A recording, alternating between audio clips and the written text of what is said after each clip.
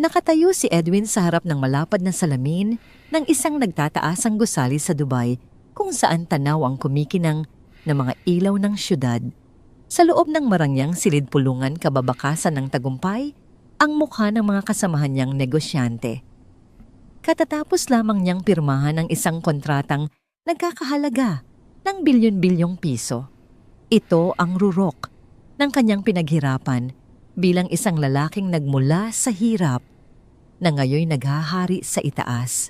Ngunit sa kabila ng yaman at tagumpay, iisang bagay lamang ang nagbibigay ng tunay na kaligayahan sa kanyang puso, ang kanyang 7 taong gulang na anak na si Luna na naghihintay sa kanya sa Pilipinas. Plano na niyang umuwi bukas, dala ang pinakamalaking manikang ipinangako niya rito.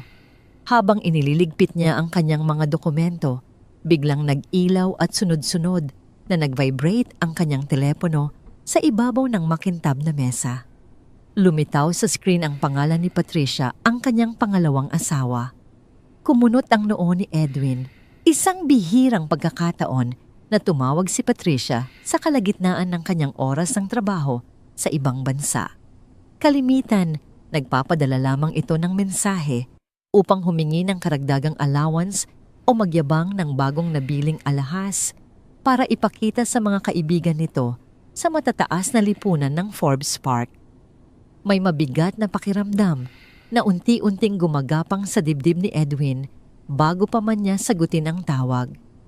Pinindot niya ang screen upang tanggapin ang tawag. Nagsalita siya ng may kalmadong boses at tinanong kung ano ang kailangan nito.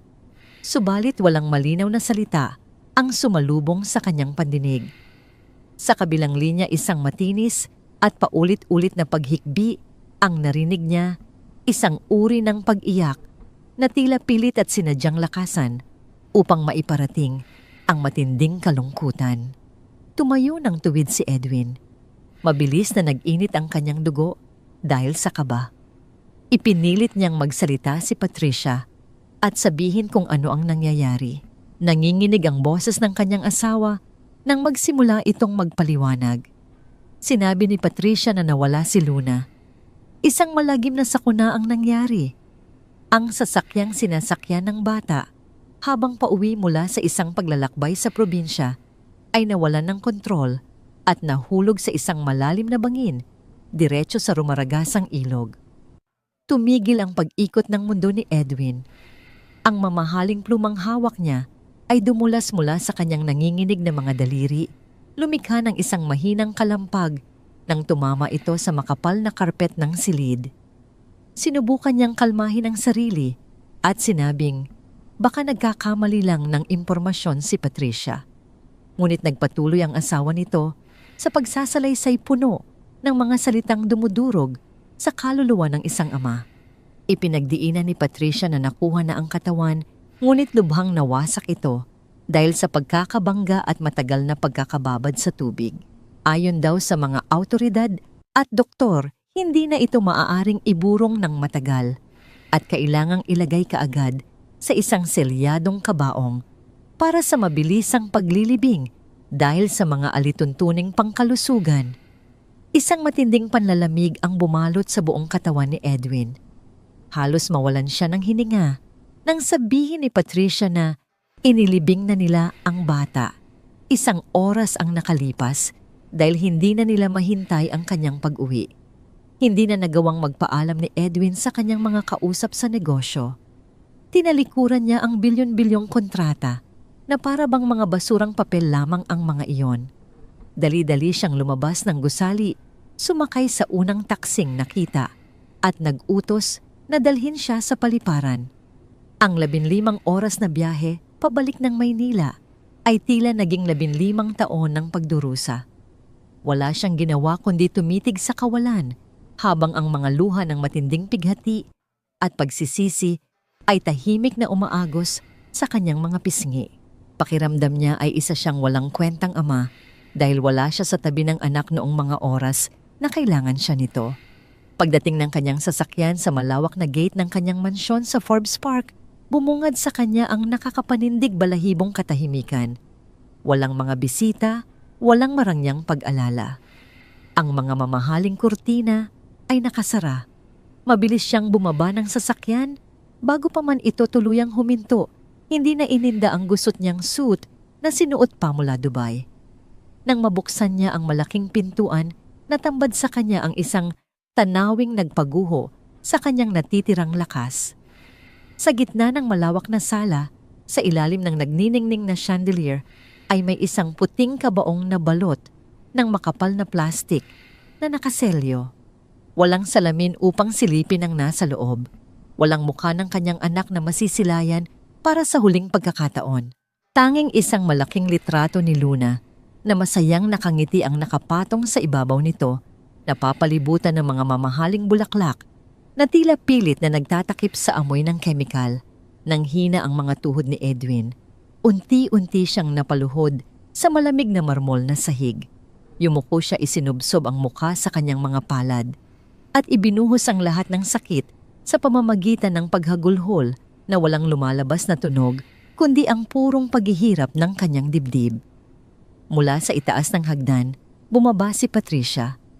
Nakasuot ito ng isang itim na bestidang lino na tila sinadya pang isukat ng maigi upang bumagay sa kanyang figura kahit sa gitna ng pagdadalamhati. Lumapit siya kay Edwin at lumuhod sa tabi nito, yumakap sa balikat ng asawa at nagsimulang humikbi ng malakas. Humihingi ito ng tawad, sinasabing ginawa niya ang lahat, ngunit hindi niya nailigtas si Luna. Sinasabi nitong napakasakit din para sa kanya ang pagkawala ng batang itinuring na rin niyang sariling dugo at laman. Sa kabila ng matinding lungkot bilang isang lalaking natutong magbasa ng mga tao upang umangat sa negosyo, may isang kakaibang pakiramdam na sumibol sa isipan ni Edwin. Pilit siyang humanap ng init at kalinga mula sa yakap ng kanyang asawa. Ipinatong niya ang kanyang ulo sa balikat ni Patricia habang pilit na kinakalma ang sariling paghinga. Ngunit sa pagdikit ng kanyang mukha sa leeg ng asawa, may isang amoy na humaplos sa kanyang pangamoy. Hindi ito ang paboritong pabango ni Patricia na amoy matamis na bulaklak. Isang matapang na amoy ng mamahaling cologne ng lalaki, ang uri ng pabangong ginagamit ni Victor, ang pinsan nitong laging nakabuntot sa kanyang asawa. Kumunot ang noo ni Edwin. Bakit amoy lalaki ang kanyang asawa sa gitna ng pagluluksa? Dahan-dahan niyang inilayo ang sarili mula sa pagkakayakap. Pinalamlam niya ang kanyang mga mata upang hindi mahalata ang unti-unting pagbangon ng paghihinala sa kanyang sistema. Ibinaba niya ang kanyang paningin upang itayo sana si Patricia mula sa pagkaluhod. Tumigil ang kanyang mga mata sa paanan ng babae. Ayon kay Patricia, kani-kanina lamang ito, galing sa sementeryo sa gitna ng malakas na pag-ulan at maputik na libingan bago tuluyang iuwi ang selyadong kabaong dito sa mansyon. Ngunit ang puting sapatos na suot ng asawa, isang eksklusibo at mamahaling tatak mula sa Paris, ay walang bahid ng dumi, ni isang patak ng putik o alikabok, ay walang makikita sa makinis na takong nito. Imposibleng manggaling ito sa isang maputik na probinsya o pampublikong libingan. Tinitigan ni Edwin ang selyadong kabaong. Pagkatapos ay binalingan ang mukha ni Patricia na patuloy sa pag-iyak, ngunit may mga matang nagmamasid sa kanyang reaksyon.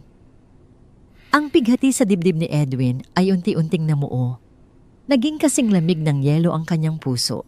May isang malaking kasinungalingang nagtatago sa ilalim ng bubong ng kanyang sariling pamamahay at sisiguraduhin niyang mabubunyag ang anumang demonyong nagtatago sa likod ng mga pekeng luhang yon. Ang burol ay naging isang palabas at si Patricia ang bida. Sa loob ng malawak na sala ng mansyon sa Forbes Park, nagdagsaan ang mga kaibigan at kakilala mula sa matataas na lipunan. Nakasuot sila ng itim na damit, ngunit ang kanilang mga mata ay higit na nakatuon sa pagmamasid kung gaano kagarbo ang ayos ng burol kaysa sa pakikiramay. Si Patricia na nakaupo sa tabi ng kabaong ay perpektong ginagampanan ang papel ng isang nagluluksang ina. Panay ang pahid niya ng panyo sa kanyang mga mata habang tinatanggap ang mga bulaklak at pakikiramay ng mga bisita. Bawat kilos niya ay kalkulado, bawat hikbi ay tila ensayado. Sa isang sulok, nakatayo si Edwin. Tahimik siyang nagmamasid, ang kanyang mukha ay walang emosyon, ngunit ang kanyang isipan ay naglalakbay sa bawat detalye ng paligid. Hindi siya makapaniwala sa bilis ng mga pangyayari. Ang kanyang anak na puno ng buhay at tawa ay nasa loob na ng selyadong kahon na yon. Ngunit habang tinititigan niya ang kabaong, may isang bagay na hindi tumutugma sa kanyang nararamdaman. Ang bigat sa kanyang dibdib ay hindi lamang dahil sa lungkot, kundi dahil sa isang malalim na kutob na may mali. Napansin ni Edwin si Victor na nakatayo malapit sa pintuan. Ang pinsan ni Patricia ay nakasuot ng mamahaling barong, ngunit ang kanyang mga mata ay malikot. Panay ang tingin nito sa paligid, tila nagbabantay kung may makakahalata sa kanya. Lumapit si Edwin kay Victor. Ang bawat hakbang niya ay mabigat, tila bawat tapak ay nagdadala ng bigat ng kanyang hinala.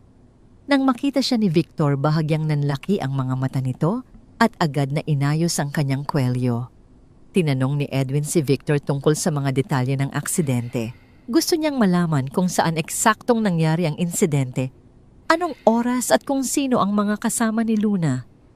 Sinadya niyang gawing matalim ang kanyang titig, diretsong nakatusok sa mga mata ni Victor. Bahagyang napaatras si Victor. Ang kanyang mga kamay ay nagsimulang pagpawisan. Sumagot siya ng pautal-utal, sinasabing sa isang liblib na bayan sa probinsya, nangyari ang aksidente at gabi na raw noon, kaya mahirap makakuha ng malinaw na impormasyon.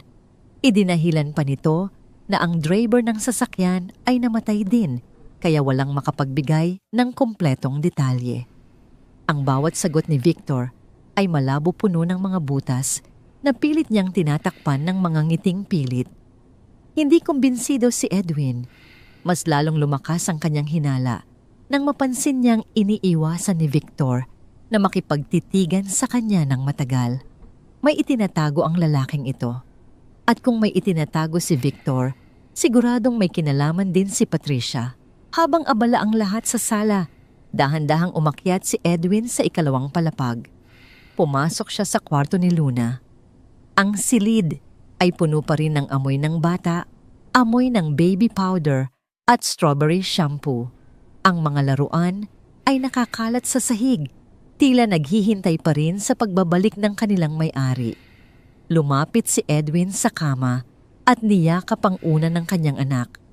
Ang sakit ay muling bumalong sa kanyang dibdib, ngunit pinigilan niya ang pagtulo ng luha. Kailangan niyang maging matatag. Kailangan niyang malaman ang katotohanan. Nagsimula siyang maghalungkat sa mga gamit ni Luna. Binuksan niya ang mga drawer, tinignan ang ilalim ng kama, at sinuri ang bawat sulok ng kwarto. Hinahanap niya ang paboritong manyika ni Luna, isang lumang teddy bear na bigay pa ng yumao niyang unang asawa. Hinding-hindi umaalis ng bahay si Luna nang hindi dala ang manyikang yon. Kung naaksidente ang bata, dapat ay kasama niya ito. O kung nasunog ang sasakyan, tulad ng sabi ni Patricia, dapat ay may naiwang abo o bahagi man lang nito. Ngunit wala ang teddy bear sa kwarto.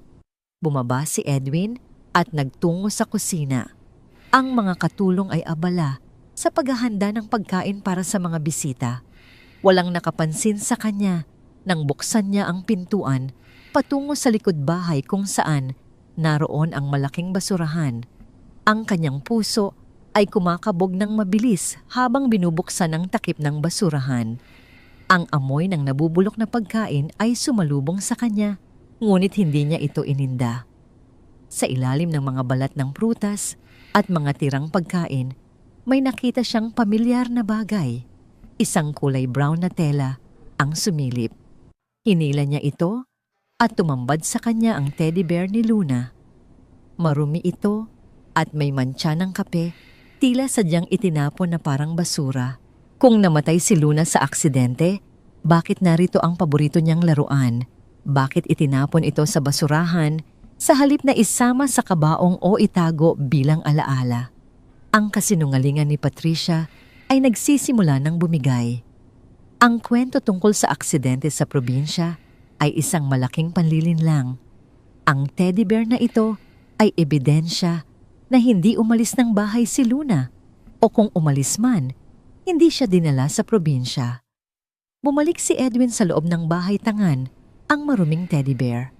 Itinago niya ito sa likod ng kanyang likuran nang makasalubong niya si Patricia sa pasilyo. Ang asawa ay mukhang pagod na sa kakaiyak, ngunit nang makita si Edwin agad itong ngumiti ng mapait. Tinanong nito kung saan galing si Edwin at kung bakit hindi siya sumama sa mga bisita. Tinitigan ni Edwin ang asawa. Ang kanyang mga mata ay nanlilisik sa galit na pilit niyang itinatago. Sinagot niya si Patricia nang may malamig na tinig sinasabing nagpahangin lang siya sa labas dahil hindi niya kayang makita ang kabaong ng kanyang anak. Tumango si Patricia tila nakahinga ng maluwag at bumalik sa sala upang ipagpatuloy ang kanyang palabas. Nang gabing iyon, habang nakahiga si Edwin sa kama, hindi siya makatulog. Ang isip niya ay punong-puno ng mga tanong. Kung buhay pa, si Luna, nasaan siya? At kung patay na talaga ang bata, bakit kailangang magsinungaling ni na Patricia at Victor? Ang bawat detalyeng natuklasan niya ay parang mga piraso ng puzzle na unti-unting bumubuo ng isang nakakapanindig balahibong larawan. Biglang umilaw ang kanyang telepono sa bedside table. Isang mensahe mula sa hindi kilalang numero ang dumating. Binuksan niya ito at binasa ang nilalaman. Ang mga salita ay tila yelo na bumuhos sa kanyang katawan. Ang anak mo ay wala sa ilalim ng lupa. Pumunta ka sa Manila North Cemetery ngayon din. May naghihintay sa'yo. Napabangon si Edwin. Ang kanyang puso ay halos lumabas sa dibdib. Tumingin siya sa natutulog na si Patricia sa kabilang bahagi ng kama. Ang babaeng ito na akala niya ay kasama niya sa hirap at ginhawa ay maaaring ang mismong demonyo na sumira sa kanyang buhay. Dahan-dahan siyang bumangon, nagbihis ng tahimik at kinuha ang susi ng kanyang sasakyan. Sa dilim ng gabi umalis si Edwin ng mansyon. Ang kanyang sasakyan ay humarurot patungo sa sementeryo, dala ang pag-asa at takot na magkahalong bumabalot sa kanyang puso. Hindi siya titigil hanggat hindi niya nalalaman ang katotohanan kahit na ang katotohanan yon ay magdala sa kanya sa impyerno. Ang Manila North Cemetery sa kalaliman ng gabi ay isang lungsod ng mga patay na tila humihinga pa rin. Ang mga nicho ay nagmistulang maliliit na bahay at ang mga pasilyo sa pagitan ng mga puntod ay nagsilbing mga kalsada kung saan ang anino ng mga puno ay sumasayaw sa ilalim ng maputlang liwanag ng buwan. Ipinara ni Edwin ang kanyang sasakyan. Sa labas ng gate, ang makina ay humina. Hanggang sa mamatay, iniwan siyang balot ng katahimikan na paminsan-minsan ay binabasag ng tahol ng aso sa malayo. Bumaba siya ng sasakyan ng kanyang mga mata ay nanunubok sa dilim. Ang hangin ay may dalang halimuyak ng mga bulaklak ng kalachuchi at ang maasim na amoy ng nasusunog na kandila. Hawak ang kanyang telepono. Bilang ilaw tinahak niya ang makipot na daan papasok. Ang bawat hakbang niya sa sementadong daan ay lumilikha ng tunog na tila nag-e-echo sa kawalan. Sinundan niya ang mga direksyon sa text message na natanggap niya. Dumiretso ka hanggang sa makita mo ang malaking puno ng balete. Sa likod niyan, may bagong hukay. Ang kanyang puso ay kumakabog ng mabilis sa kanyang dibdib, tila isang tambol na nagbabadya ng panganib. Habang papalapit siya sa puno ng balete, ang kanyang mga tuhod ay nagsimulang manginig. Sa isip niya naglalaro ang iba't ibang posibilidad. Baka patibong ito, baka may masamang loob na naghihintay sa kanya. Ngunit ang pag-asa na buhay pa ang kanyang anak ay mas matimbang kaysa sa anumang takot. Sa likod ng dambuhalang puno na ang mga ugat ay tila mga galamay na nakakapit sa lupa, nakita niya ang isang bagong tambak ng lupa. Walang lapida, walang krus, tanging isang gundok ng sariwang lupa na tila minadaling tapusin. Lumapit si Edwin, ang kanyang mga kamay ay nanginginig. habang inaabot ang lupa. "Luna!" Bulong niya sa hangin. Akmang maghuhukay siya gamit ang kanyang mga kamay nang biglang may humigit sa laylayan ng kanyang mamahaling Amerikana. Napalingon siya nang mabilis ang kanyang telepono ay muntik nang mahulog. Isang batang babae, marahil ay nasa 15 taong gulang, ang nakatayo sa dilim. Nakasuot ito ng maruming t-shirt na sobrang laki para sa kanya at isang lumang shorts. Ang kanyang buhok ay magulo at ang kanyang mukha ay may bahid ng uling, ngunit ang kanyang mga mata ay nagniningning sa tapang at takot. "Huwag mong sirain ang puntod, sir," mahinang sabi ng bata. Ang boses nito ay nanginginig, ngunit may halong pagmamakaawa. Napatigil si Edwin. Ang kanyang paghinga ay mabigat habang tinititigan ng bata. "Sino ka?" Tanong niya. Ang kanyang tinig ay may halong pagdududa at desperasyon. Lumapit ang bata. Ang kanyang mga kamay ay nasa likod na parang may itinatago. "Ako po si Arya. Ako po ang nag-text sa inyo." "Anong alam mo tungkol kay Luna? Nasaan ang anak ko?" Singhal ni Edwin. Hinawakan niya ang balikat ng bata. Hindi upang saktan ito, kundi upang makuha ang atensyon nito. Napangiwi si Arya sa higpit ng hawak, ngunit hindi siya umatras. Tumingin siya sa mga mata ni Edwin at sa unang pagkakataon, nakita ng lalaki ang takot na nakatago sa likod ng katapangan nito. "Nakita ko po sila, sir. Yung babaeng maganda at yung lalaking kasama niya. Dito po sila nagpunta kagabi, may dalang sako." Bumitaw si Edwin, tila napasa sa narinig. "Sako, anong ginawa nila sa anak ko?" Huminga ng malalim si Arya, tila inaalala ang nakakatakot na pangyayari. "Akala ko po magtatapon lang sila ng basura. Madalas po kasi may nagtatapon dito ng patay na hayop. Pero nung umalis sila, gumalaw yung sako at may narinig akong umiiyak." Ang puso ni Edwin ay halos tumigil sa pagtibok. Ang imahinasyon ng kanyang maliit na anak na nakasilid sa sako at itinapon na parang basura ay dumurog sa kanyang kaluluwa. "Dinala ko po siya sa barong-barong namin." Patuloy ni Arya, itinuro ang direksyon ng mga squatter area sa gilid ng sementeryo. "Buhay pa po siya, sir, pero nanginginig sa takot at gutom." Hindi na nag-aksaya ng panahon si Edwin. Hinawakan niya ang kamay ni Arya. "Dalhin mo ako sa kanya. Ngayon din." Tumakbo sila palabas ng sementeryo, tinahak ang makipot at maputik na daan patungo sa gilid ng ilog. Ang mga bahay dito ay gawa sa tagpi-tagping yero at kahoy dikit-dikit na parang mga posporo.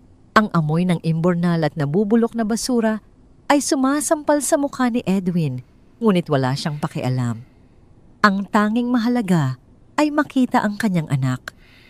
Huminto sila sa harap ng isang maliit na barong-barong na halos gumuho na. Ang bubong ay gawa sa lumang tarpaulin at ang dingding ay pinagtagpi-tagping plywood. Dito po, bulong ni Arya, binuksan ang pinto na gawa sa lumang kumot. Sa loob, sa liwanag ng isang aandap-andap na lampara, nakita ni Edwin ang isang bulto sa sahig na kabaluktot sa ibabaw ng karton. Nakasuot ito ng maruming damit na hindi nito sukat. Pumasok si Edwin, ang kanyang mga tuhod ay nanghina sa bawat hakbang. "Luna." Tawag niya, ang boses niya ay basag. Ang bulto sa sahig ay gumalaw. Isang maliit na ulo ang umangat at ang mga mata nito ay nanlaki nang makita si Edwin. "Papa?" Mahinang tawag ng bata. Ang boses nito ay garalgal. Bumuhos ang luha ni Edwin. Lumapit siya at lumuhod sa tabi ng kanyang anak. Niyakap niya ito. Nang mahigpit, ibinuhos ang lahat ng kanyang pagmamahal at pangungulila. "Anak ko! Diyos ko, anak ko!" Yumakap pabalik si Luna. Ang kanyang maliliit na braso ay kumapit sa leeg ng kanyang ama na parang takot na muling maiwan. "Papa, akala ko po hindi niyo na ako makikita. Sabi ni Tita Patricia maglalaro lang kami ng tagu-taguan. Pero nilagay nila ako sa sako at iniwan sa dilim." Ang bawat salita ni Luna ay parang patalim na sumasaksak sa puso ni Edwin. Ang galit ay muling sumiklab sa kanyang dibdib, mas matindi kaysa kanina. Hahalikan niya ang noo ng kanyang anak, pinapangako sa sarili na pagbabayaran ng mga gumawa nito ang bawat luhang pumatak mula sa mata ng kanyang anghel. Tumingin siya kay Arya na nakatayo sa may pinto, pinapahid ang sariling luha. "Salamat," bulong ni Edwin kay Arya. "Iniligtas mo ang buhay ng anak ko. Utang ko sa iyo ang lahat." Tumangulang si Arya, isang manipis na ngiti ang sumilay sa kanyang labi. Alam niya na sa gabing iyon, hindi lang isang buhay ang nailigtas, kundi pati na rin ang pag-asa ng isang amang nawalan ng anak. At sa gitna ng dilim at dumi ng sementeryo, isang bagong pamilya ang nagsimulang mabuo. Sa loob ng masikip at madilim na barong-barong, tila tumigil ang oras para kay Edwin. Ang kanyang mga tuhod ay nakadikit sa malamig na sementadong sahig habang yakap-yakap niya si Luna. Ang bawat paghinga ng kanyang anak ay musika sa kanyang pandinig, isang patunay na hindi siya nananaginip. Ang amoy ng basang lupa at lumang kahoy ay naglaho na palitan ng init ng katawan ng batang akala niya'y nawala na sa kanya magpakailanman. Dahan-dahan niyang inilayo si Luna upang tingnan ang mukha nito.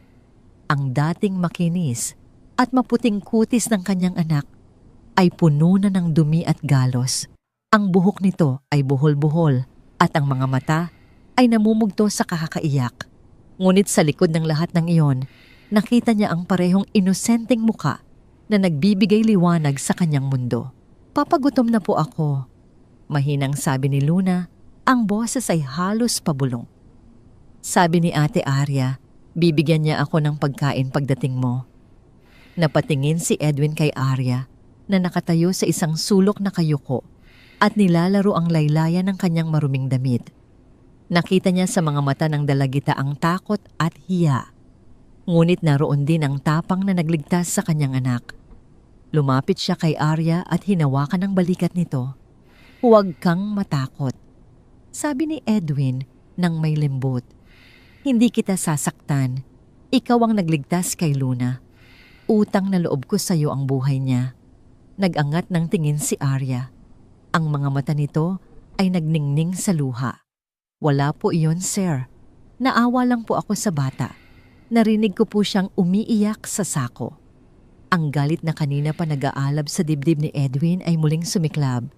Ang imahinasyon ng kanyang anak na nakasilid sa sako habang tinatawanan ni Patricia at Victor ay nagpakulo ng kanyang dugo.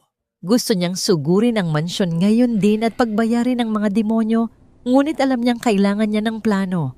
Kailangan niyang maging matalino. "Halina kayo," sabi ni Edwin tumayo at binuhat si Luna. "Aalis na tayo sa lugar na ito.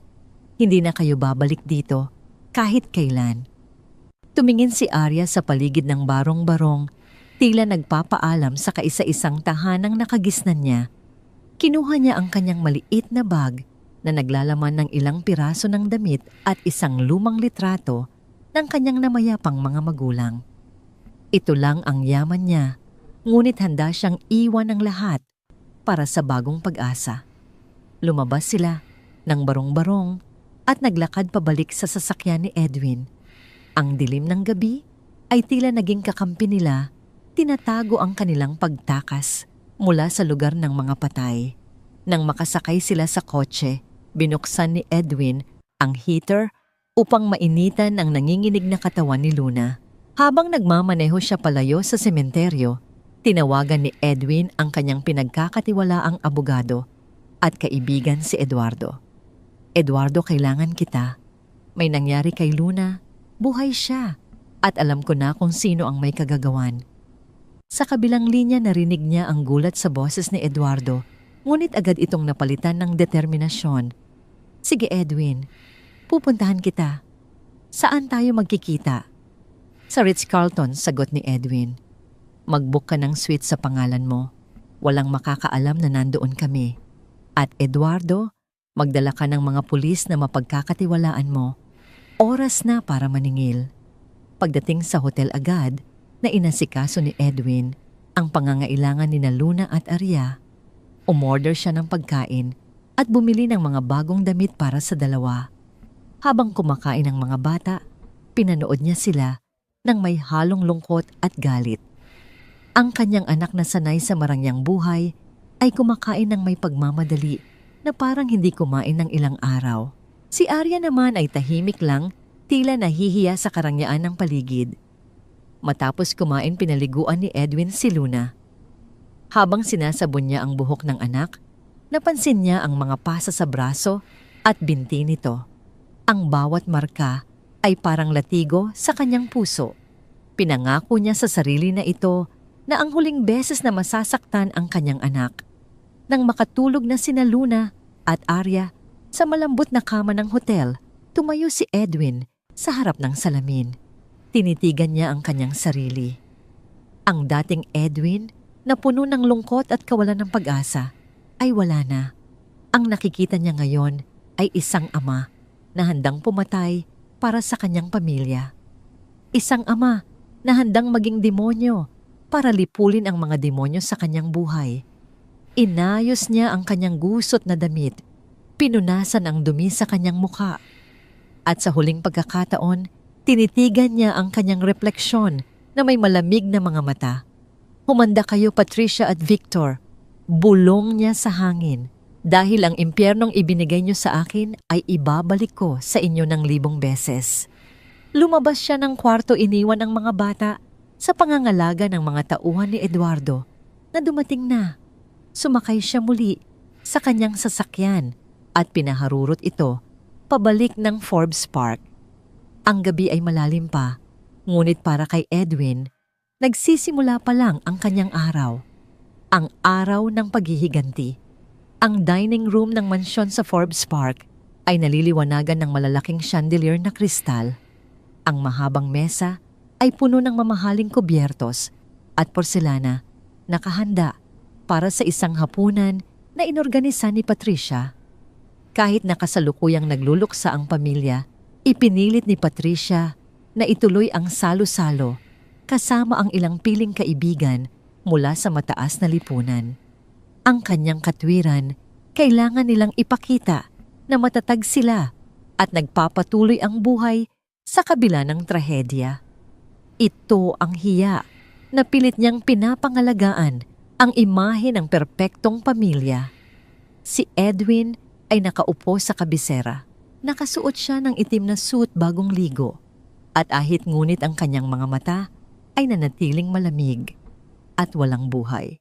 Sa kanyang kanan ay nakaupo si Patricia, suot ang isang puting silk dress na nagkakahalaga ng libu-libong piso. Sa kanyang kaliwa naman ay si Victor na panay ang inom ng alak upang pakalmahin ang kanyang sarili. Ang mga bisita ay nag-uusap ng pabulong, tila nag-iingat na huwag makasakit ng damdamin, ngunit sa totoo lang ay naghihintay lang ng tsismis. Nagsimula ang hapunan. Ang mga katulong ay naghain ng soup at salad. Si Patricia ay panay ang kwento tungkol sa kung paano niya namimiss si Luna, kung paano raw siya iniiyakan gabi-gabi. Ang bawat salita niya ay tila tinik sa lalamunan ni Edwin.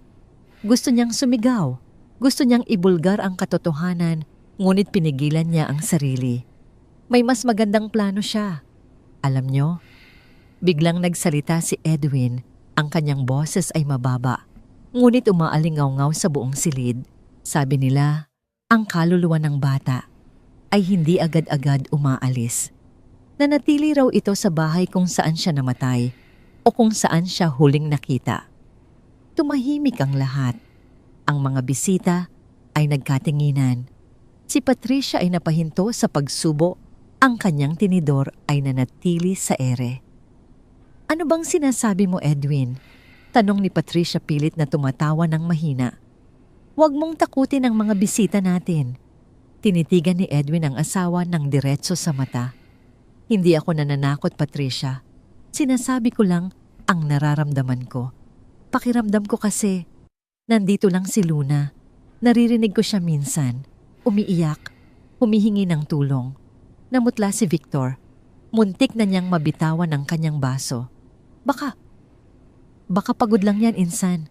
Nautal niyang sabi. Ngumiti ng mapait si Edwin. Siguro nga, o baka naman. May gustong sabihin si Luna. May hindi siya natapos na laro.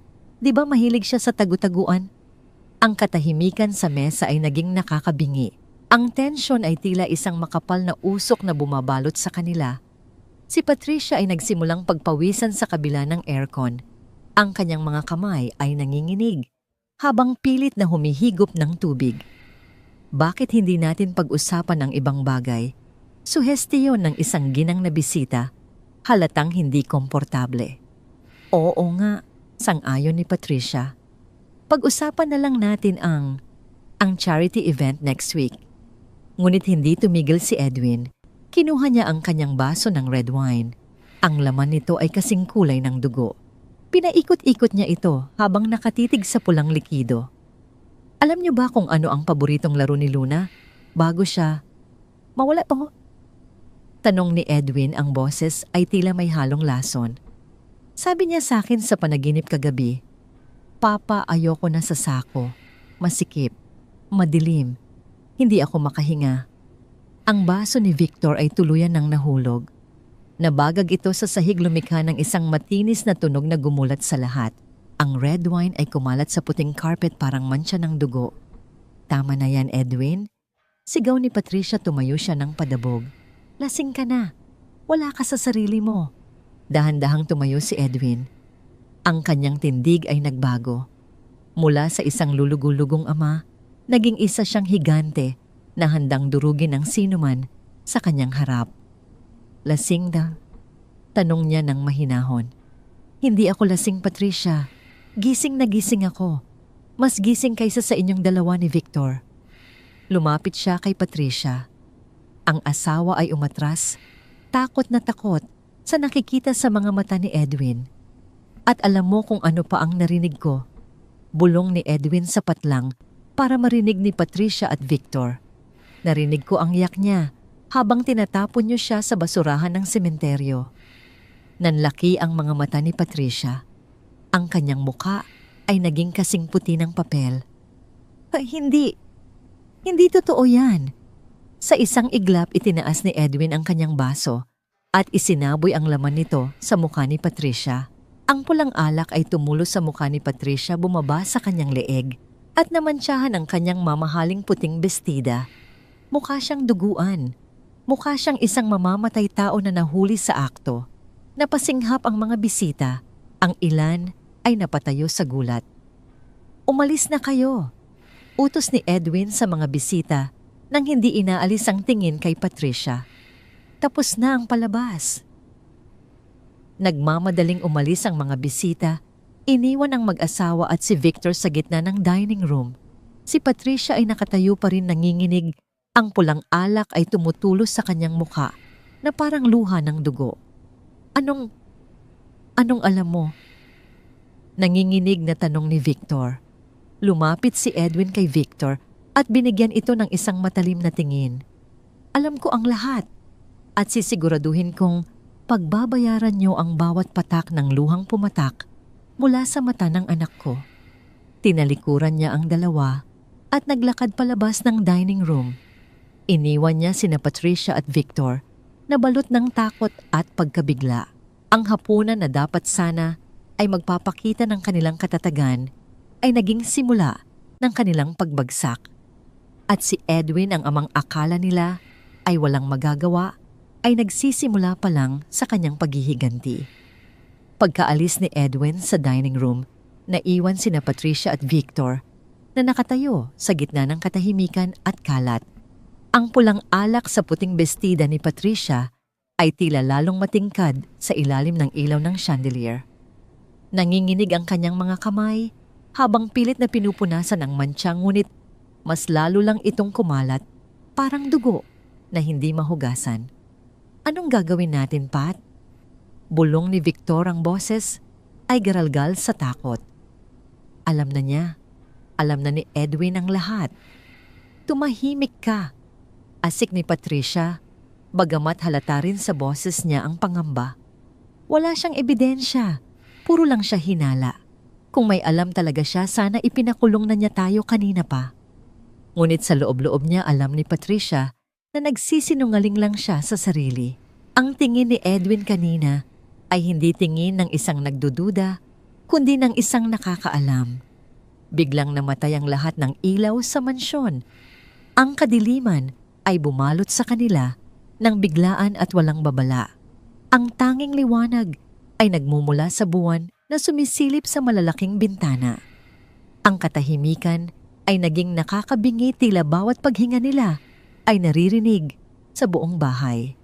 Brownout tanong ni Victor, kinakapa ang kanyang telepono sa bulsa. Imposible, sagot ni Patricia. May generator tayo. Dapat umandar agad yon. Sinubukan nilang buksan ang kanilang mga telepono, ngunit walang signal. Tila putol ang lahat ng komunikasyon sa labas. Ang takot ay nagsimulang gumapang sa kanilang mga spine. Biglang bumukas ang mga ilaw sa sala, ngunit hindi ito normal. Kumurap-kurap ang mga ito nang mabilis parang strobe light sa isang horror movie. At kasabay nito, isang tunog ang umalingaw-ngaw sa buong bahay mula sa mga hidden speakers na nakakabit sa kisame. Ito ay boses ng isang batang umiiyak. Mama, Mama tulong. Napasinghap si Patricia. Napahawak siya sa kanyang bibig. Kilala niya ang boses na yon. Boses iyon ni Luna. Patayin mo yan, patayin mo yan. Sigaw ni Patricia, tinatakpan ng kanyang mga tainga. Ngunit hindi tumigil ang boses. Mas lalo pa itong lumakas, tila nanggagaling sa bawat sulok ng bahay. Masikip, madilim.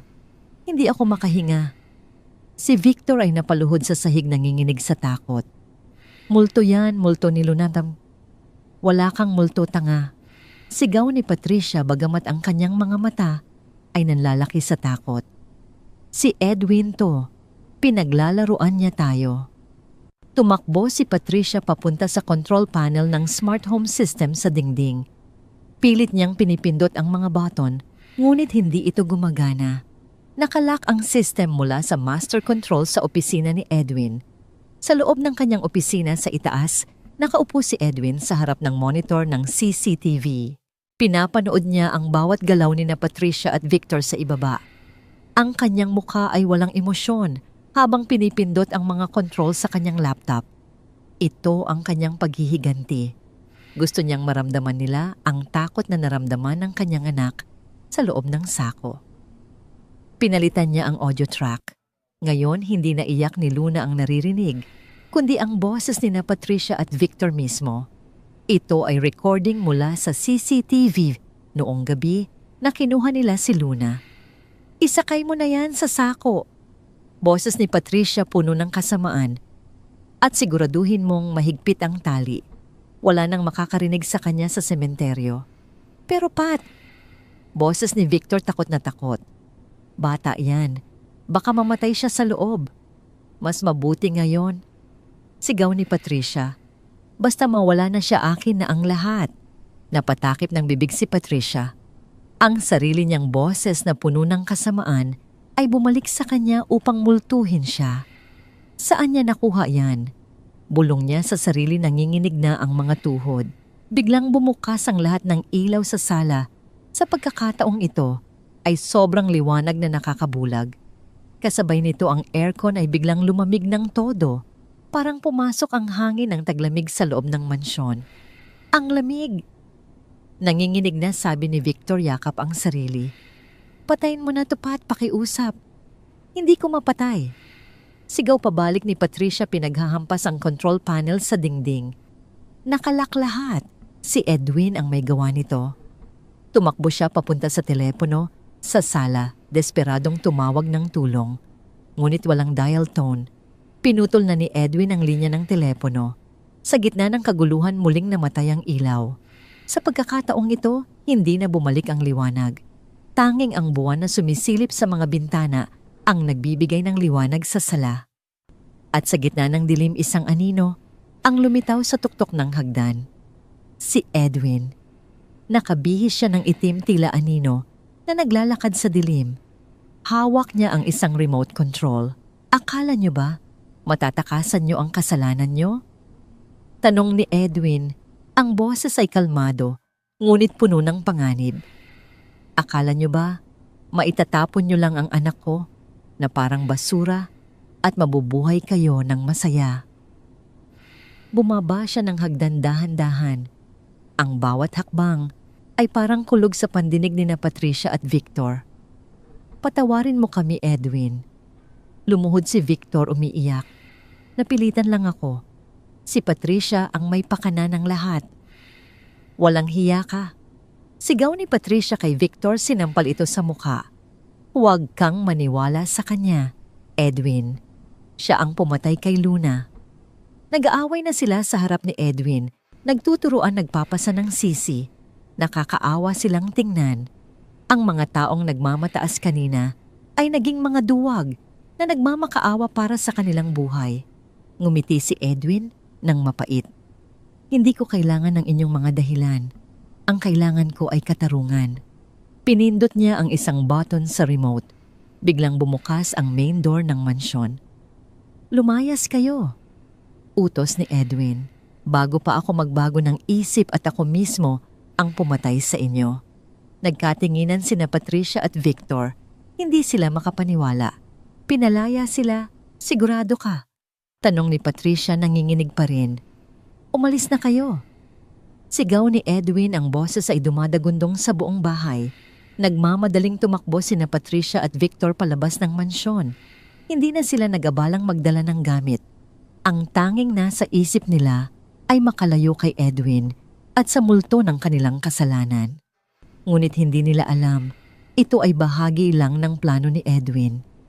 Sa labas ng gate, naghihintay na ang mga pulis na tinawagan ni Eduardo. Ang pagpapalaya sa kanila ay paraan lang para hulihin sila sa akto ng pagtakas at para maramdaman nila ang takot na wala nang matatakbuhan. Nang makalabas sila ng gate, sumalubong sa kanila ang mga ilaw ng police cars. Napalibutan sila. Wala nang kawala.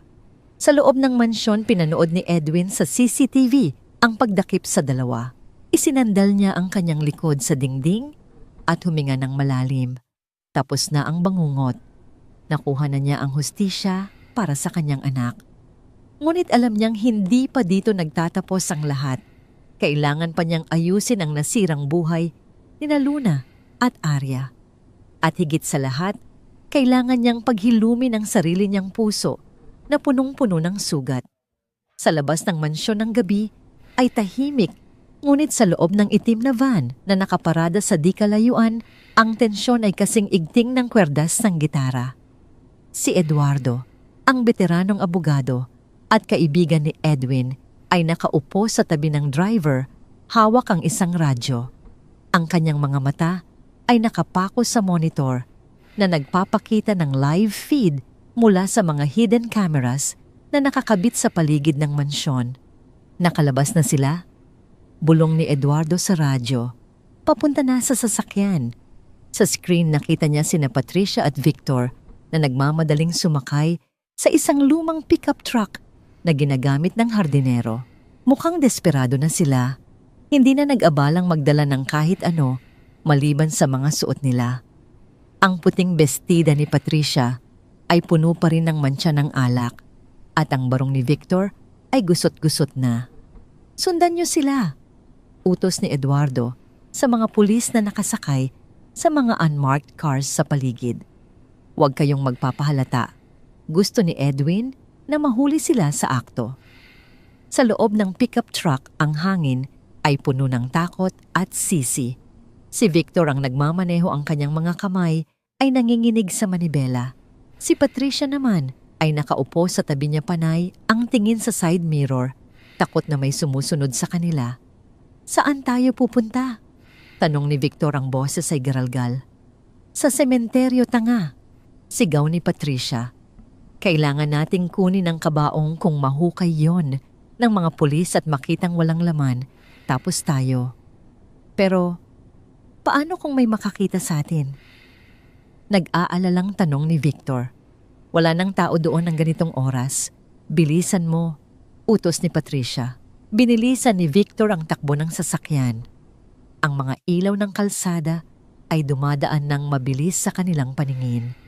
Ang bawat anino na nadadaanan nila ay tila nagiging multo na humahabol sa kanila. Samantala, sa loob ng mansyon, pinanood ni Edwin sa monitor ang pag-alis ni Patricia at Victor. Isang mapait na ngiti ang sumilay sa kanyang labi. Alam niyang papunta sila sa sementeryo. Alam niyang gagawin nila ang lahat para pagtakpan ang kanilang krimen. At iyon mismo ang hinihintay niya. Lumabas siya ng mansyon at sumakay sa kanyang sports car. Sinundan niya ang mga pulis na nakabuntot na sa pickup truck. Ang gabi ay magiging mahaba at ito na ang huling yugto ng kanyang plano.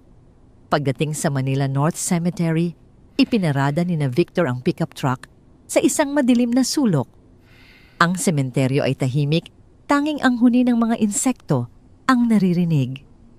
Ang buwan ay nagtatago sa likod ng mga ulap, nagbibigay ng kakaunting liwanag sa paligid. Bumaba sila ng sasakyan, bitbit ang mga pala at piko na nakuha nila sa likod ng truck. Naglakad sila papunta sa puntod na peke. Ang bawat hakbang ay mabigat at puno ng takot.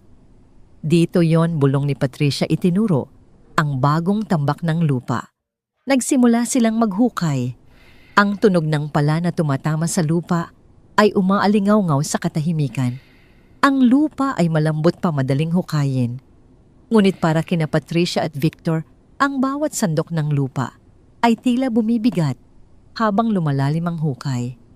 Bilisan mo. Utos ni Patricia kay Victor na hingal na. Pagod na ako. Reklamo ni Victor. Bakit hindi ikaw ang gumawa? Gawin mo na lang, sigaw ni Patricia. Sa di kalayuan na nakatago sa likod ng mga nicho, pinapanood sila ni Edwin at ng mga pulis. Ang mga kamera ay nakatutok sa kanila, kinukunan ang bawat galaw. Ito na ang ebidensya na kailangan nila. Ang pagtatangka na pagtakpan ng krimen, ang paghuhukay sa sariling puntod ng anak na hindi naman talaga patay. Sige pa, bulong ni Edwin sa sarili. Ipakita niyo kung gaano kayo kasama. Nang marating na nila, ang kabaong tumigil si Victor. Ang kanyang pala ay tumama sa kahoy. Nandito na, sabi niya hingal na hingal. Binuksan nila ang kabaong. Ang takip ay bumukas ng may langit-ngit. Inilawan ni Patricia ang loob gamit ang kanyang cellphone. Wala. Bulong niya nanlaki ang mga mata. Walang laman. Tiningnan nila ang isa't isa, puno ng takot at pagkalito. Ang kabaong ay walang laman, walang bangkay, walang kahit ano. Paano?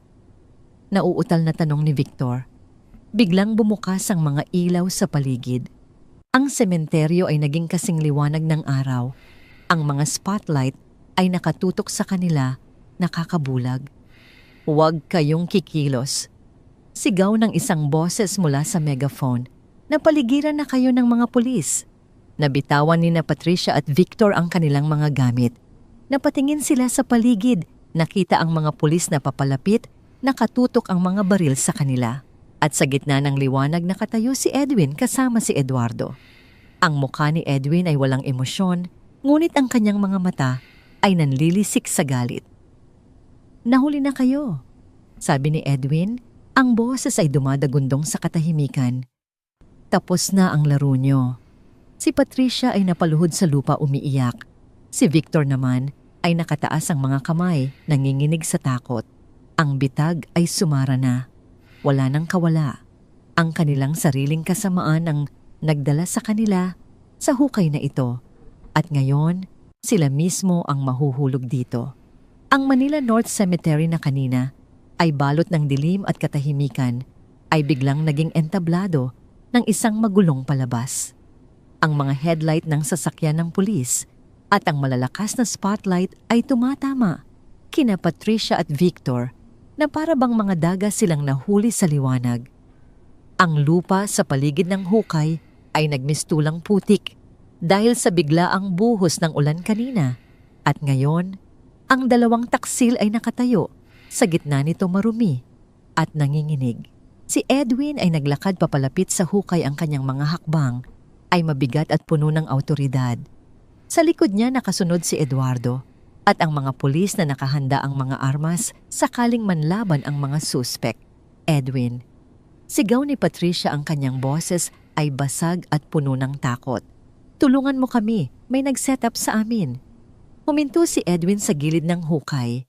Tiningnan niya ang kanyang asawa, ang babaeng pinakasalan niya, ang babaeng binigyan niya ng lahat ng ngayon, ay nagmumukhang isang basahan na puno ng putik at kasinungalingan. Ang dating maganda at sopistikadong Patricia ay wala na. Ang natira ay isang desperadong kriminal na gumagawa ng lahat para makaligtas. Set up. Tanong ni Edwin. Ang boses niya ay malamig at matalim. Sino ang nag-set up sa inyo? Patricia, ang multo ng batang sinubukan niyong patayin. Nanlaki ang mga mata ni Victor. Buhay siya, buhay si Luna. Hindi sumagot si Edwin. Sa halip tumingin siya kay Victor nang may halong pandidiri. Ang lalaking ito, na tinuring niyang parang kapatid, ay kasabwat sa pagtatangka sa buhay ng kanyang anak. Biglang kumilos si Victor. Sa takot at desperasyon, sinubukan niyang umakyat palabas ng hukay para tumakbo. Ang kanyang mga kamay ay kumapit sa madulas na lupa, pilit na inaangat ang sarili. Huwag kang gagalaw. Sigaw ng isang pulis. Ngunit hindi nakinig si Victor. Nakita niya ang isang siwang sa hanay ng mga pulis at akmang tatakbo doon. Sa isang iglap kumilos si Edwin. Hindi na siya naghintay sa mga pulis. Ang galit na kanina pa niya kinikimkim ay sumabog. Sinipa niya si Victor ng buong lakas sa dibdib. Bumagsak si Victor pabalik sa hukay. Ang kanyang likod ay tumama sa matigas na kahoy ng kabaong na walang laman. Napasigaw siya sa sakit na mimilipit habang hawak ang kanyang dibdib. Ang putik ay tumalsik sa kanyang muka at damit ginagawa siyang mukhang isang nilalang na galing sa ilalim ng lupa. Edwin, tama na. Sigaw ni Patricia, sinusubukang lapitan ng asawa para magmakaawa. Mahal kita. Ginawa ko lang to para sa atin. Tiningnan siya ni Edwin nang may pagkamuhi. Para sa atin o para sa pera ko? Lumapit si Patricia at akmang yayakap sa mga binti ni Edwin, ngunit umatras ang lalaki. Sa halip na yakapin, itinulak niya si Patricia palayo. Nawalan ng balanse si Patricia. Ang kanyang takong ay bumaon sa malambot na lupa at bumagsak siya ng padapa sa putikan. Ang kanyang mukha ay sumubsob sa maruming tubig at lupa. Ang kanyang puting bestida na kanina ay may mantsana ng alak ngayon ay naging kulay kape na dahil sa putik. Nang iangat niya ang kanyang mukha, puno ito ng dumi. Ang kanyang buhok ay gusot-gusot at dumikit sa kanyang pisngi. Ang dating Queen of Forbes Park ay naging isang kaawa-awang nilalang na gumagapang sa putikan. Yan ang bagay sa inyo. Sabi ni Edwin, ang boses ay puno ng puot. Diyan kayo nababagay, sa putikan, kasama ng mga uod at bulok na bagay. Nag-flash ang mga kamera ng media na dumating kasama ng mga pulis. Ang mukha ni Patricia, puno ng putik at luha, ay nakuna ng bawat lente. Ito ang larawang kakalat sa buong bansa. Bukas ang pagbagsak ng isang socialite na naging halimaw. Posasan sila. Utos ni Edwin sa mga pulis. Agad na kumilos ang mga awtoridad. Binalian nila ng posa sina Patricia at Victor habang nasa loob pa ng hukay. Ang tunog ng bakal na naglapat sa kanilang mga pulso ay musika sa pandinig ni Edwin. Ito ang tunog ng katarungan. Habang hinihila sila ng mga pulis palabas ng hukay, patuloy na nagmamakaawa si Patricia. Edwin, parang awa mo na. Huwag mo kaming ipakulong. Gagawin ko ang lahat. Ngunit tinalikuran na sila ni Edwin. Hindi na niya pinakinggan ang mga kasinungalingan. Naglakad siya papalayo sa hukay, papunta sa sasakyan kung saan naghihintay si Luna at Arya. Ang gabi ay malalim pa, ngunit para kay Edwin, nagsisimula pa lang lumiwanag ang mundo. Ang bigat sa kanyang dibdib ay unti-unting nawawala, napapalitan ng pag-asa para sa kinabukasan ng kanyang pamilya. Ang ulan ay tumigil na, Ngunit ang hangin ay nanatiling malamig at mabigat. Sa gitna ng Manila North Cemetery, ang mga ilaw ng media at pulisya ay patuloy na nagliliwanag, ginagawang parang entablado ang maputik na lugar. Si Patricia at Victor ay nakaposas na puno ng putik at kahihiyan habang hinihila sila ng mga pulis patungo sa naghihintay na mga mobile patrol. Hindi totoo yan.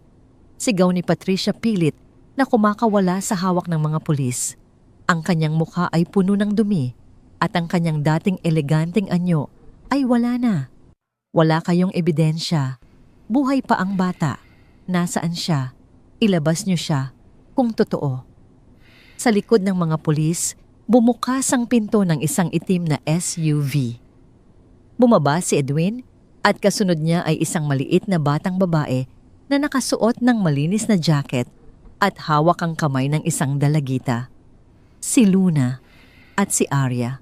Ang katahimikan ay bumalot sa buong sementeryo nang makita ng lahat si Luna. Ang batang akala nila ay patay na. Ang batang ipinagluksa ng buong bansa ay nakatayo sa harap nila, buhay na buhay. Luna, bulong ni Patricia, nanlaki ang mga mata. Ang kanyang mga tuhod ay nanghina. Si Luna ay tumingin kay Patricia. Ang kanyang mga mata ay puno ng takot, ngunit naroon din ang tapang na nakuha niya mula sa kanyang ama at kay Arya. Humigpit ang hawak niya sa kamay ni Arya.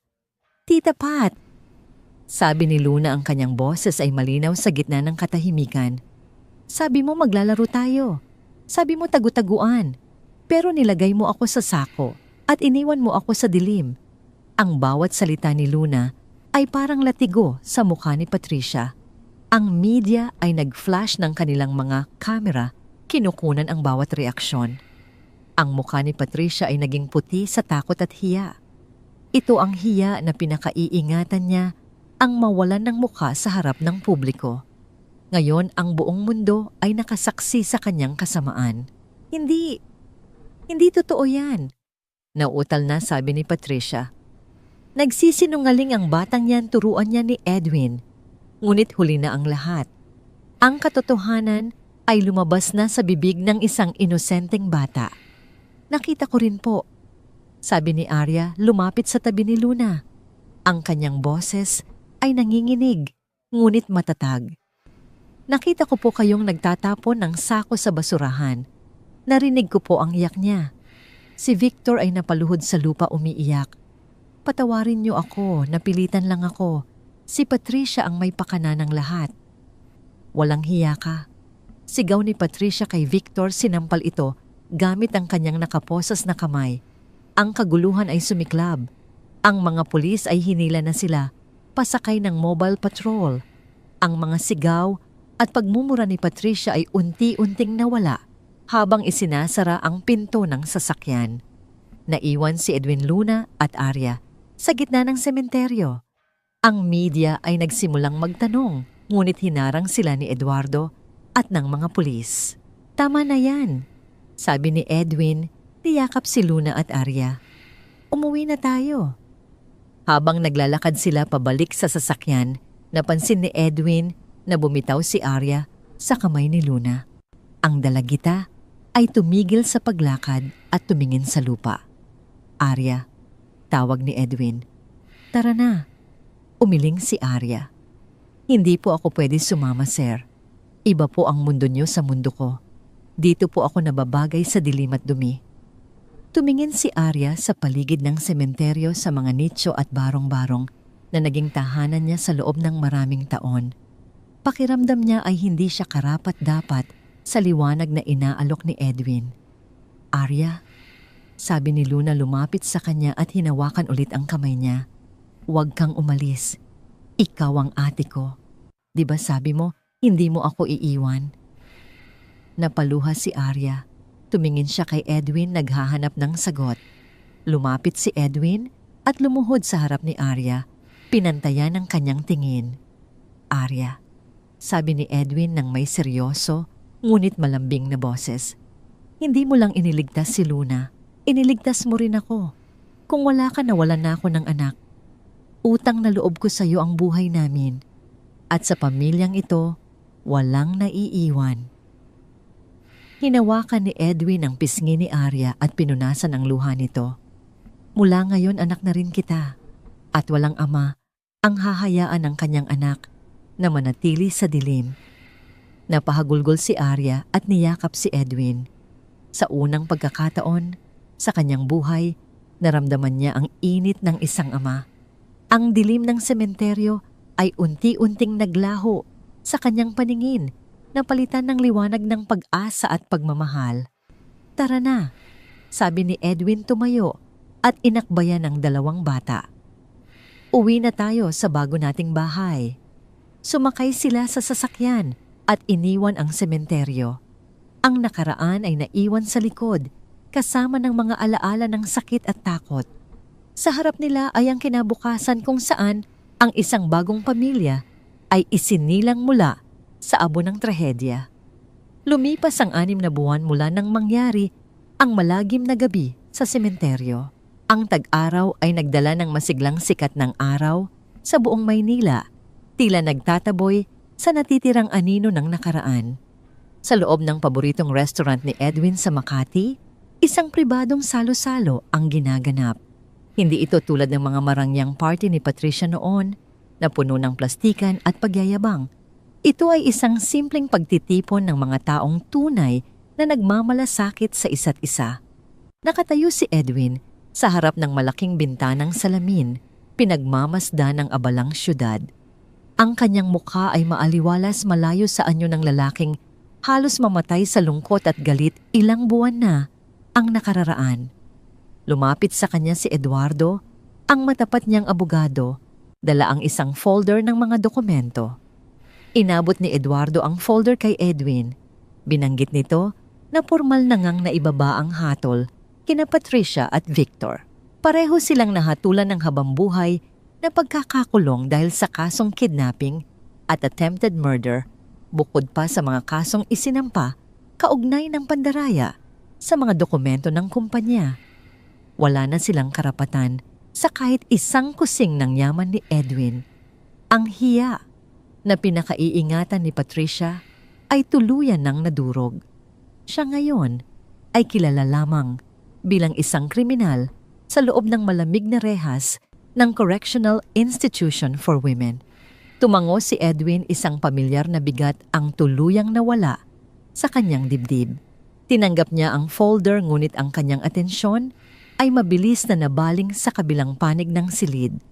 Doon nakaupo si Luna, masayang nagkukulay ng isang drawing book. Ang kanyang mga pisngi ay muling pumintog at namulatanda ng malusog na pangangatawan at payapang isipan. Ang mga bangungot sa loob ng sako ay unti-unti nang naglalaho sa tulong ng professional na therapy at higit sa lahat sa presensya ng taong nakaupo sa tabi niya, si Arya. Hindi na siya ang batang nakasuot ng malaking maruming t-shirt na amoy kandila at nasunog na dahon. Nakasuot si Arya ng isang simpleng asul na bestida. Ang kanyang buhok ay maayos na nakatali at ang kanyang mga mata ay nagpapamalas ng kumpiyansa. Bagamat nandoon pa rin ang bakas ng kanyang pagiging palaban na natutunan niya sa sementeryo, napalitan na ng ningning ng pag-asa ang dating madilim niyang pananaw sa buhay. Kasalukuyan siyang nag-aaral sa isang magandang pribadong paaralan at unti-unting nakakahabol sa mga leksyon na matagal niyang napag-iwanan. Nilapitan ni Edwin ang dalawa at umupo sa tabi ni Arya. Hinaplos niya ang buhok ni Luna bago binaling ang tingin sa nakatatandang anak. Tinanong niya kung handa na ba ito para sa event na pupuntahan nila mamayang hapon. Ngumiti si Arya at tumango, bagamat inamin nitong kinakabahan pa rin siya tuwing humaharap sa maraming tao.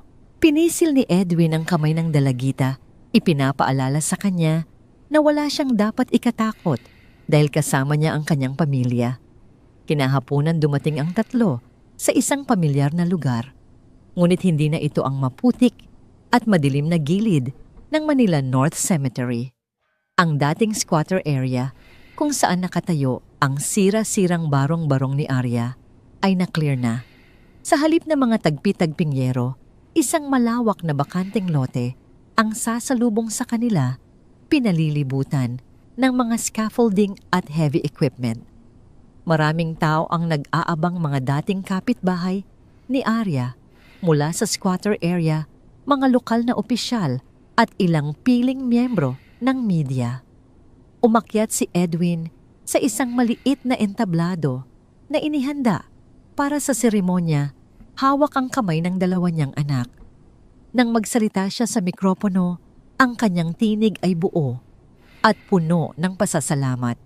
Sinimulan ni Edwin ang kanyang talumpati sa pag-alala sa gabing inakala niyang nawala na ang lahat sa kanya. Pinasalamatan niya ang Diyos sa pagpapadala ng isang anghel mula sa lugar na hindi inaasahan ng sinuman. Tumingin siya kay Arya at nakita ng lahat ang emosyon sa kanyang mga mata. Sinabi niyang, ang utang na loob ay hindi lamang binabayaran ng pera, kundi ng pagmamahal at pagbibigay ng bagong pag-asa. Dahil dito, formal na inihayag ni Edwin ang pagpapatayo ng Arya Luna Foundation Housing Project. Hindi ito magiging isang marangyang kondominium para sa mga mayayaman, kundi isang serye ng mga disente at abot-kayang pabahay para sa mga pamilyang naninirahan sa paligid ng sementeryo. May kasama itong libreng klinika at isang learning center para sa mga batang hindi makapag-aral. Nagpalakpakan ang mga tao. Ang ilan sa mga dating kapitbahay ni Arya ay napaiyak sa tuwa. Si Arya mismo ay hindi napigilan ang pagluha habang yakap-yakap si Luna. Ang lugar na dating sumisimbolo sa kanyang kahirapan at pangungulila ay magiging pundasyon ngayon ng pangarap ng maraming pamilya. Bumaba silang tatlo mula sa entablado upang isagawa ang groundbreaking ceremony. Sabay-sabay nilang hinawakan ang gintong pala at ibinaon ito sa lupa. Ang lupang dati nagtago sa isang malagim na kasinungalingan ngayon ay nagbukas upang magtanim ng isang tapat at magandang kinabukasan. Habang papalubog ang araw at nagkukulay kahel ang kalangitan ng Maynila, tumayo si Edwin sa gilid ng lote. Pinagmamasdan sina Arya at Luna na nagtatawanan habang nakikipag-usap sa ilang mga bata. Ang kanyang puso na minsang nabasag at nabalot ng galit ay tuluyan ng nabuo. Ang kapangyarihan ng pera ay walang kwenta kung walang pusong nagmamahal at nagpapatawad. At sa piling ng kanyang dalawang anak, alam niyang nakita na niya ang tunay na kahulugan ng kayamanan. Ang nakaraan ay formal nang ibinaon sa lupa at ang bagong yugto ng kanilang buhay ay matatag nang nakatayo sa isang pundasyong hindi kailanman matitibag ng kasinungalingan. Ang malaking ballroom ng isang kilalang hotel sa Maynila ay napuno ng mga kilalang personalidad sa larangan ng negosyo at politika. Ito ang gabing itinakda ni Edwin upang formal na ipakilala si Arya sa matataas na lipunan bilang kanyang panganay na anak at tagapagmana. Ang silid ay pinalamutian ng mga puting rosas at ang mahinang musika mula sa isang live orchestra ay nagbibigay ng eleganteng atmosfera. Nakasuot si Arya ng isang simpleng ngunit mamahaling bestidang kulay perlas. Ang kanyang buhok ay nakaayos ng formal at ang kanyang tindig ay nagpapakita ng isang dalagitang unti-unting natututong yakapin ang kanyang bagong mundo. Sa kabila ng kanyang magandang ayos, mahigpit niyang hawak ang kamay ni Edwin habang naglalakad sila papasok sa bulwagan. Ramdam ni Edwin ang panlalamig at panginginig ng mga daliri ng kanyang anak. Pinisil niya ito ng marahan upang magbigay ng lakas ng loob. Nang magsimula ang formal na pagpapakilala at umakyat sina Edwin, Arya at Luna sa entablado, ang mga panauhin ay nagbigay ng masigabong palakpakan. Ngunit ang maayos na takbo ng gabi ay biglang nahinto nang bumukas ng marahas ang malaking pintuan ng ballroom. Pumasok si Doña Letty, ang ina ni Patricia. Nakasuot ito ng itim na gown at may suot na makakapal na alahas na tila nagniningning sa ilalim ng mga ilaw. Ang kanyang mukha ay nakasimangot at ang kanyang mga mata ay nanlilisik sa galit habang naglalakad patungo sa gitna ng bulwagan. Ang mga panauhin ay nagbulungan lumilikha ng isang alon ng tensyon sa buong silid. Tumigil si Doña Letty sa tapat ng entablado at itinuro si Arya gamit ang kanyang nanginginig na daliri. Sa harap ng daan-daang matataas na tao, sinimulan niyang hiyain ang dalagita. Sinabi nitong nasisiraan na ng bait si Edwin dahil ipinagpapalit nito ang dugo at dangal ng kanilang pamilya para lamang sa isang batang pulubi na namumulot ng basura sa sementeryo. Ipinagsigawan niyang ang isang rasyong marumi ay kailanman hindi magiging ginto kahit anong bihisan ang gawin dito. Yumuko si Arya, ang kanyang mga mata ay nagbabadya ng luha. Ang mga salitang yon ay tila mga punyal na sumusugat sa kanyang bagong nabubuong kumpiyansa. Bago pa man makapagsalita si Arya, humakbang si Edwin paharap tinakpan ng kanyang anak mula sa matatalim na tingin ni Doña Letty. Hindi sumigaw si Edwin. Ang kanyang boses ay nanatiling mababa-kalmado, ngunit nagtataglay ng yelo na kayang magpatigas sa sinumang makarinig. Tinitigan ni Edwin ang matandang babae at sinabing ang tunay na basura ay hindi ang mga taong naghahanap ng makakain sa sementeryo, kundi ang mga taong may suot na brilyante, ngunit may itim at malupit na puso tulad ng kanyang anak na si Patricia. Ipinagdiinan ni Edwin na si Arya ang nagligtas sa buhay ni Luna noong mga oras na ang sariling dugo ni Doña Letty ay nagtangkang kumitil dito. Dahil sa matinding kahihiyan at galit, kinuha ni Doña Letty ang isang baso ng tubig mula sa kalapit na mesa at akmang isasaboy ito sa mukha ni Arya. Ngunit mabilis ang naging reaksyon ni Edwin. Sinalo niya ang braso ng matanda. Dahil sa pagkabigla na bitawan ni Doña Letty ang baso, bumagsak ito sa sahig na gawa sa marmol at nagkadurog-durog. Ikinalat ang tubig at mga piraso ng salamin sa paanan nito. Habang nakatingin sa mga basag na salamin, nagbigay ng huling hatol si Edwin. Inihayag niya sa harap ng lahat ng imbitadong negosyante na simula sa gabing iyon, puputulin ng kanyang kumpanya ang lahat ng ugnayan, pamumuhunan at tulong pinansyal sa anumang negosyong hawak ng pamilya ni Doña Letty. Sino mang nakikipagnegosyo sa pamilyang iyon ay hindi na makakatikim ng anumang kontrata mula sa kanya. Namutla si Doña Letty. Ang kanyang pagmamataas ay gumuho kasabay ng pagkaunawa na ang kanyang pamilya ay tuluyan ng mababaon sa utang at kawalan ng kapangyarihan. Wala siyang nagawa kundi ang tumalikod at maglakad palabas, habang ang mga panauhin ay nag-iwas ng tingin sa kanya. Nang gabing iyon, napatunayan sa lahat na si Arya ay hindi na isang batang walang kalaban-laban. Siya ay nasa ilalim ng pinakamatibay na proteksyon at ang kanyang posisyon bilang anak ni Edwin ay hindi kailanman mababali ng sinuman. 2 buwan pagkatapos ng pangyayari sa hotel, nakatanggap ng sulat si Edwin mula sa pamunuan ng Correctional Institution for Women. Si Patricia, sa pamamagitan ng kanyang bagong abogado, ay gumagamit ng isang butas sa batas.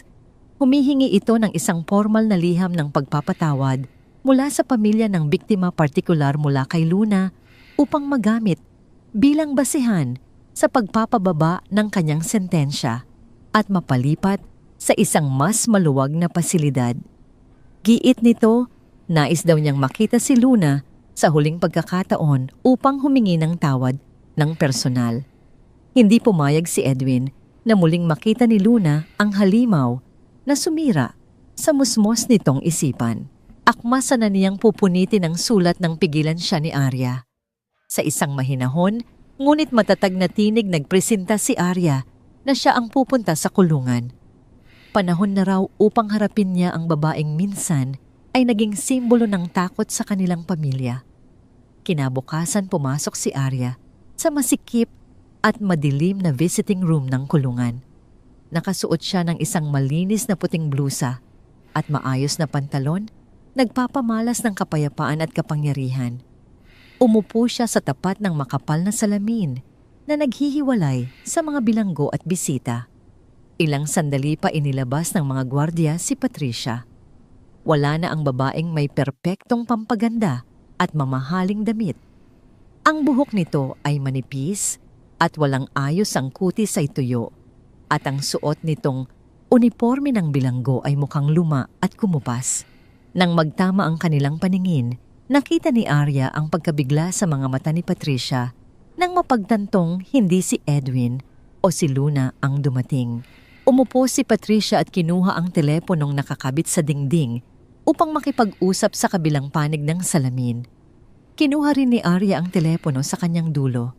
Nanginginig ang boses ni Patricia nang magtanong kung nasaan si Luna at bakit isang ampon ang ipinadala ni Edwin. Pilit pa ring nagmamataas ang tono nito. Sinasabing wala siyang oras na makipag-usap sa isang basurera. Hindi nagalit si Arya. Sa halip isang puno ng awang ng ngiti ang sumilay sa kanyang mga labi. Sumagot siya ng may perpektong kalmado. Sinasabing si Luna ay kasalukuyang naglalaro sa kanilang malawak na hardin na papalibutan ng pagmamahal at seguridad na kailanman ay hindi maibibigay ni Patricia. Ipinagpatuloy ni Arya ang pagsasalita. Ipinaalam kay Patricia na ang pamilya nito ay tuluyan ng bumagsak. Ang yaman at impluwensyang ipinagmamalaki nito noon ay nauwi sa wala dahil sa mga ginawa ni Edwin. Nakita ni Arya kung paano unti-unting nanginig ang mga balikat ni Patricia. Ang luha ng desperasyon ay nagsimulang tumulo sa maruruming pisngi ng dating reyna ng Forbes Park. Nagmakaawa si Patricia. Sinasabing hindi niya kaya ang buhay sa loob ng masikip at mainit na selda. Hinihingi nito ang awa ni Arya na kumbinsihin si Edwin na pirmahan ang dokumento. Tinitigan ni Arya si Patricia ng matagal. Sinabi niyang noong mga oras na nakulong si Luna sa loob ng madilim na sako habang naghihingalo sa kakulangan ng hangin, wala ring naawang Patricia na tumulong dito. Ipinaalala ni Arya na ang kapatawaran ay ibinibigay sa mga taong nagsisisi, hindi sa mga taong natatakot lamang sa parusa. Bago ibaba ang telepono, nag-iwan ng huling salita si Arya. Sinabi niyang malaya na silang lahat mula sa anino ni Patricia. Ang sementeryo na ginamit nito upang ibaon ang isang inosenteng buhay ay siya ngayong nagbigay ng bagong buhay at pag-asa sa marami. Pagkatapos magsalita, ibinaba ni Arya ang telepono. Tumayo at naglakad palabas. Nang hindi lumilingon, iniiwan si Patricia na humahagulgol at sinusuntok ang makapal na salamin sa matinding kawalan ng pag-asa.